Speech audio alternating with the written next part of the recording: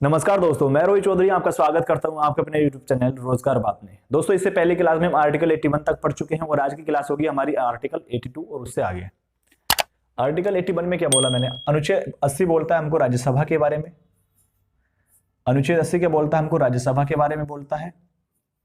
और अनुच्छेद 81 क्या बोलता है हमको? लोकसभा के बारे में। ये बता चुका हूं ना मैं आपको, लोकसभा के बारे में कंप्लीट वीडियो बता चुका हूं इसके बारे में। मैं अगर आपने वीडियो नहीं देखी तो देख सकते हैं, डिस्क्रिप्शन में मैंने उसका लिंक डाल दिया है। आज की क्लास होगी हमारी अनुच्छेद 82 और उससे आगे। अनुच्छेद 82 क्या बोलता है हमको? अनुच्छेद 82 बोलता है हमको कि प्रत्येक जनगणना के बाद क्या होगा? एक समायोजन होगा। प्रत्येक जनगणना के बाद क्या होगा? एक समायोजन। प्रत्येक जनगणना के बाद समायोजन। प्रत्येक जनगणना के बाद समायोजन।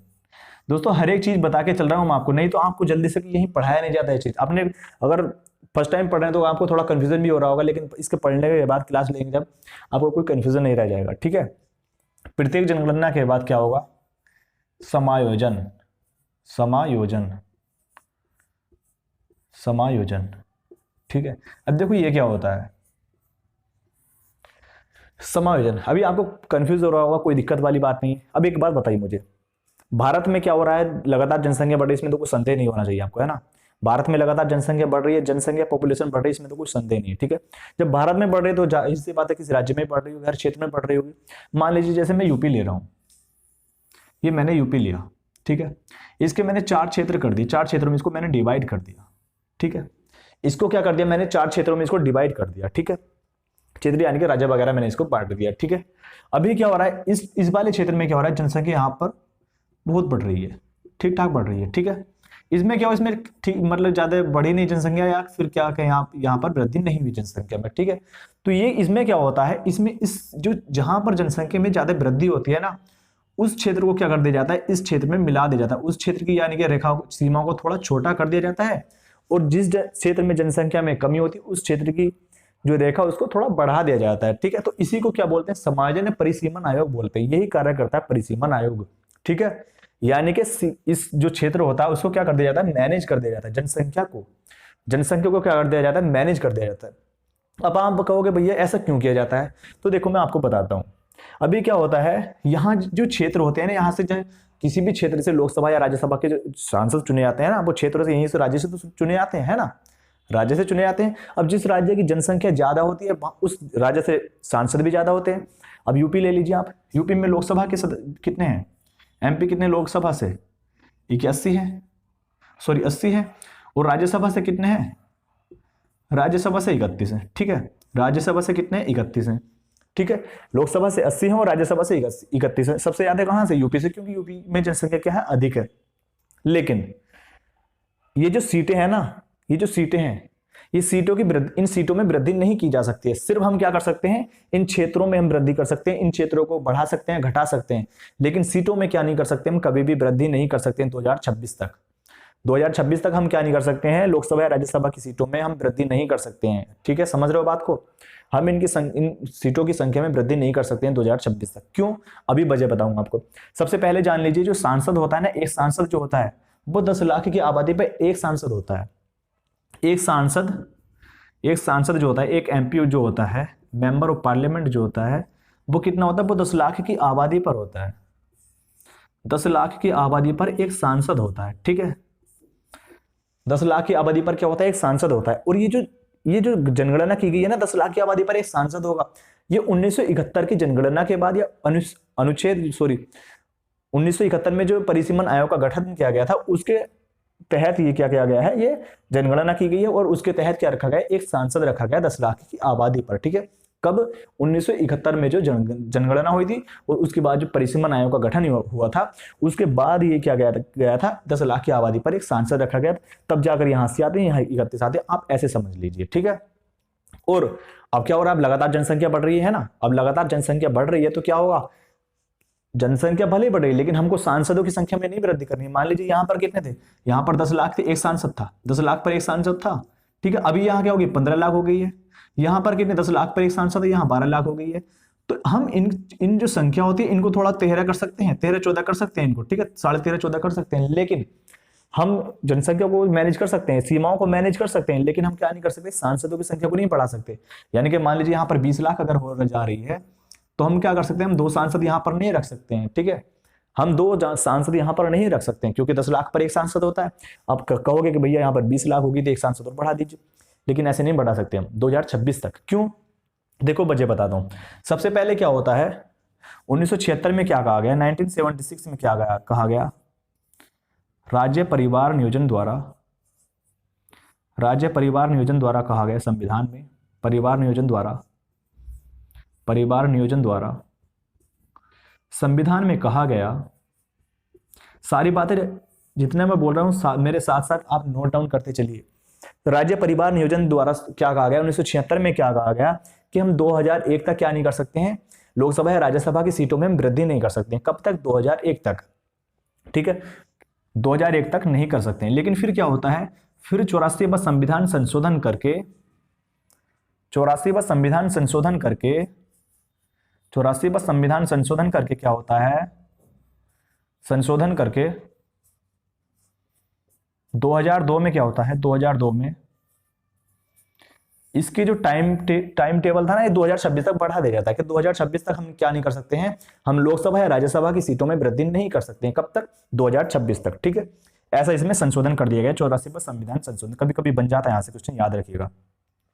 84वां संविधान संशोधन करके 2002 में क्या कहा गया कि हम 2026 तक क्या नहीं कर सकते हैं, लोकसभा या राज्यसभा की सीटों में हम वृद्धि नहीं कर सकते हैं, ठीक है, 2026 तक। क्यों? क्योंकि 2026 तक आते आते क्या कर लिया जाएगा, ये जो क्षेत्र ये थोड़ा ऊपर नीचे हो रहे हैं, यानी कि जनसंख्या कमी वृद्धि हो रही है, ये भी मैनेज हो जाएंगे, और फिर क्या कर लिया जाएगा, हम तब सीटों में वृद्धि कर लेंगे, ठीक है।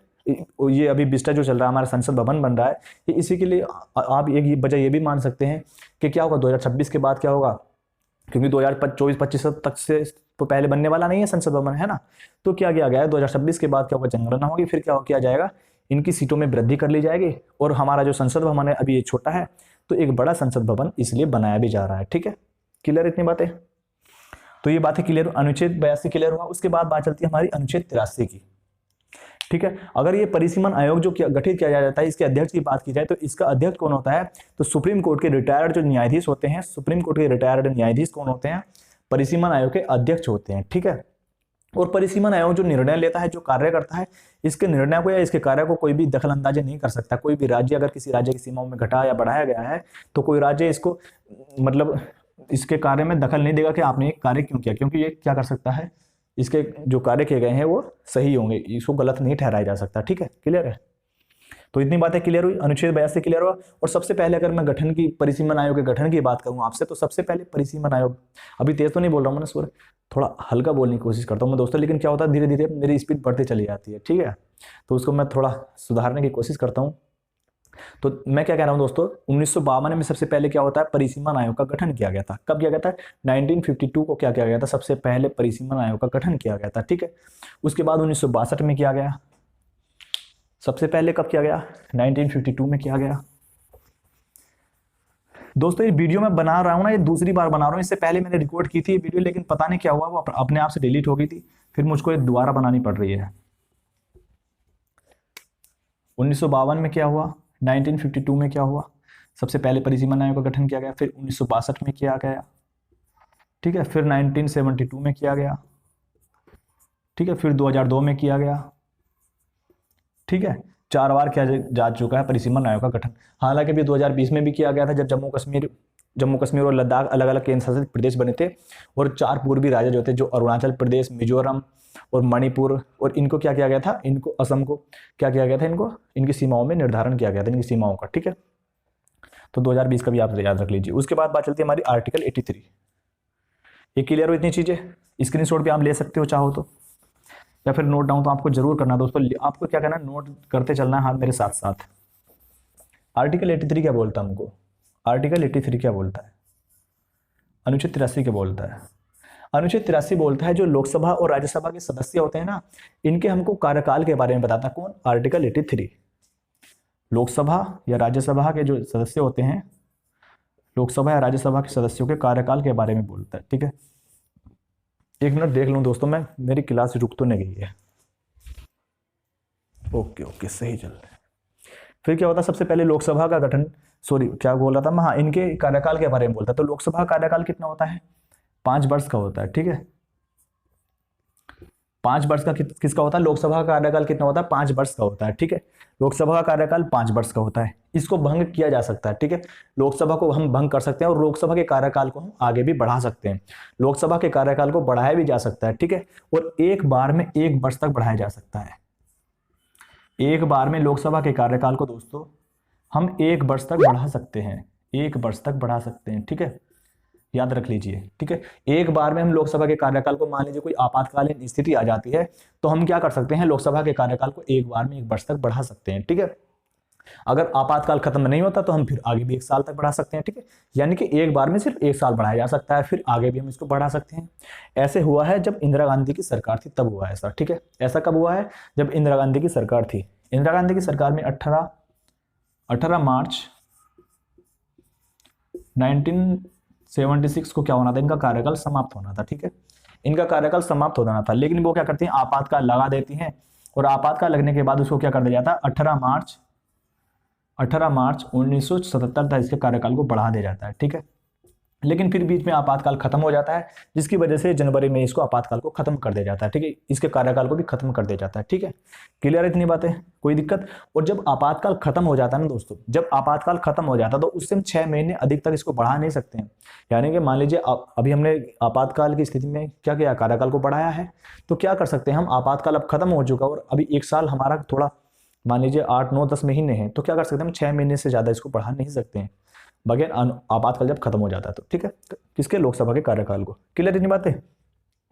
उसके बाद बात चलती राज्यसभा की। तो राज्यसभा का कार्यकाल कितना होता है, अनिश्चित होता है।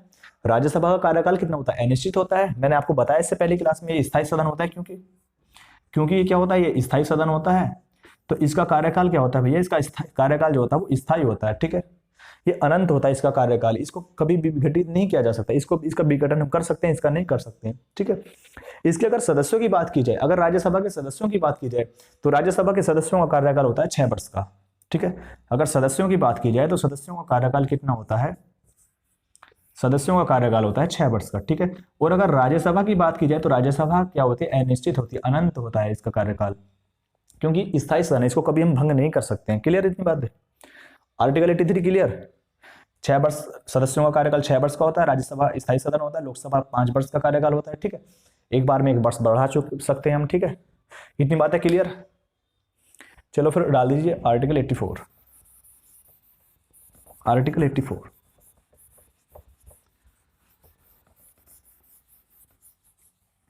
आर्टिकल 84 क्या बोलता है दोस्तों हमको, आर्टिकल 84 बोलता है हमको लोकसभा व राज्यसभा के जो सदस्य होते हैं उनके क्या बोलता है, उनकी योग्यता के बारे में बोलता है, ठीक है।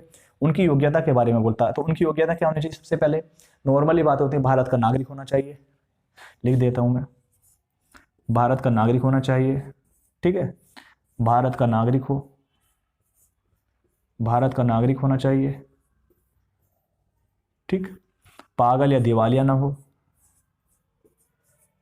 पागल या दिवालिया नहीं होना चाहिए, दिवालिया, ठीक है। दिवालिया यानी कि जो कर्ज ले चुका है वो कर्ज चुकाने के योग्य नहीं है, कर्ज लेकर भाग गया है, ठीक है। दिवालिया नहीं होना चाहिए, दिवालिया ना हो, ठीक है, ना हो, ठीक। और लोकसभा के लिए अगर एज की बात की जाए तो कितनी होती है, 25 वर्ष होती है। इसीलिए लोकसभा को क्या बोलते हैं हम, युवाओं का सदन बोलते हैं, ठीक है। और राज्यसभा के लिए उम्र कितनी होती है, राज्यसभा के लिए एज कितनी होती है, 30 वर्ष होती है। इसलिए इसको क्या बोलते हैं हम, बूढ़ों का सदन बोलते हैं, ठीक है। इसको हम उच्च सदन बोलते हैं, इसको हम निम्न सदन बोलते हैं, ठीक है। ये बातें हमको याद रख लेनी, ठीक है। बहुत ज़्यादा इनसे पूछा नहीं जाता, ये आपको पता भी होती है, ठीक है। तो ये अब बातें आपको याद रखनी है, ठीक है। इनके बारे में, इनकी योग्यता के बारे में, भारत का नागरिक होना चाहिए, पागल दिवालिया नहीं होना चाहिए, लाभ के पद पर नहीं होना चाहिए, लिख लीजिए आप चाहे तो, लाभ के पद पर नहीं होना चाहिए, ठीक है। लाभ के पद पर नहीं होना चाहिए। लाभ के पद का मतलब आपको पता है भैया, सरकारी नौकरी पर नहीं होना चाहिए, लाभ के पद पर नहीं होना चाहिए, लाभ के पद पर नहीं होना चाहिए, पद पर ना हो, ठीक है। चाहे आपके कितने भी बिजनेस चल रहे हैं, कोई लाभ नहीं होगा आपको, लाभ जो होगा आपको सरकारी नौकरी से होगा, ठीक है। इस संविधान में हालांकि थोड़ा गलत दिया गया है, लेकिन मैं कौन कहने वाला भैया, हम छोटे ना है। तो क्या होता है भैया, सबसे इसमें क्या बताया गया, लाभ के पद पर ना हो, भारत का नागरिक होना चाहिए, पागल या दिवालिया नहीं होना चाहिए, और लोकसभा व राज्यसभा के लिए एज कितनी होती है, 25 वर्ष और 30 वर्ष होती है, ठीक है। इतनी बातें आपको इस क्लास से याद रखनी है, ठीक है। अगर कोई भी दिक्कत लग रही है आपको, कोई भी डाउट है, तो आप कमेंट में जरूर बताइए, हम उसको सॉल्व करने की जरूर कोशिश करेंगे। मिलते हैं अगली क्लास में, तब तक के लिए गुड बाय, जय हिंद, जय भारत।